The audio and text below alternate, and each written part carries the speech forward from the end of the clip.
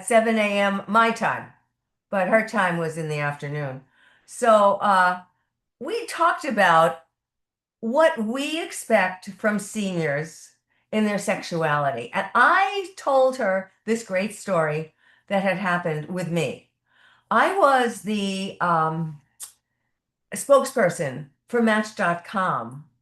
And as the spokesperson, I also wrote articles for them, Ask Dr. Gilda, and some other articles. And I started to tell her the stuff that I experienced in this big audience. Now, when Match sent me to deal with a group of senior citizens, I don't know what to expect. I thought, okay, what are we talking about? Where are they from? It was in Washington, D.C., and they were all seniors and they were all on Match. And this was run by AARP. I expected wheelchairs and canes and people with all kinds of ailments. I was so wrong. I was telling this woman this morning, she was hysterical. I was so wrong. These people were feisty, they were adorable, they were filled with life, and they just wanted to find love again and again and again, however many times they've had it before. These people were terrific.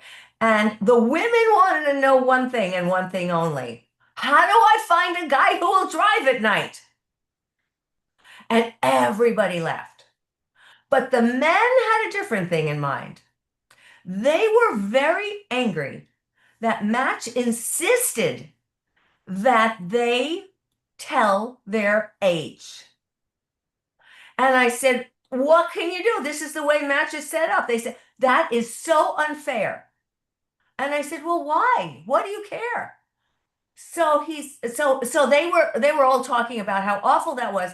And at the end of the conference, I promised them that I would go back to Match and tell them that these were the concerns of the seniors, and maybe they ought to do something about this.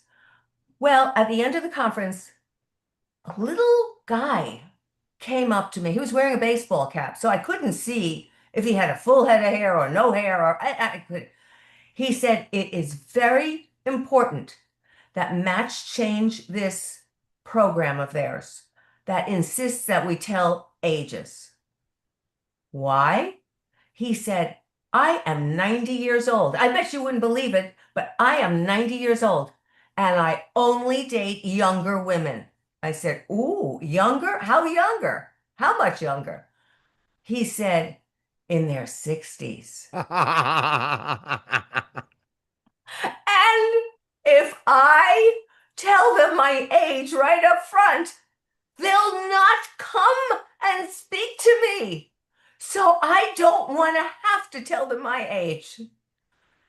I went back to Match and I told them what the women wanted, what the men wanted, and how feisty and terrific these people were. This room had standing room only. They were so interested in finding love. And it was a beautiful thing to see. They were not on walkers. They were not on canes. They were not in wheelchairs. They were beautiful and they were not giving up on life. And I'm telling everybody who's listening to this now, if we follow their attitude about life, we'll live a lot longer.